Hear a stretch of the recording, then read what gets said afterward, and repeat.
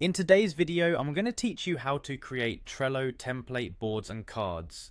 If you're new to Trello or looking to streamline your workflow, learning how to set up template boards and cards can save you a lot of time and effort. So let's get started with an easy to follow guide. First, you'll want to open your web browser and navigate to the Trello website. Once you're there, click on the Login button, which is typically located in the upper right hand corner of the page. This will prompt you to choose a method to access your account. If you have a Google account, select the Google option and pick the appropriate account from the list provided. Doing so will grant you access to your Trello workspace, making it easy to begin creating those template boards. Now that you're logged in, direct your attention to the top of the page where you'll find a Create button.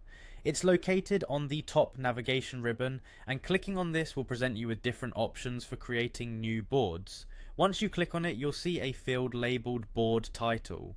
It's here that you can personalize your new board by typing in a unique name that reflects its purpose or theme. After entering your desired board title, simply click on the Create button and voila! You've got yourself a brand new Trello board ready to be organized just the way you like it. With your new board visible, it's time to start structuring it. A great first step is to add lists that represent various stages of your workflow. To do this, type the name of your first list in the input field and hit enter or click on add list. You'll repeat this process until you have all your necessary lists lined up neatly on your board. Once your lists are set up, you can begin adding cards which function as individual tasks or items within a list. To add a card, click on the Add a Card link found at the bottom of each list. Enter a name for the card that clearly identifies the task or item it represents. After you've typed in the card name, click outside the card to save it.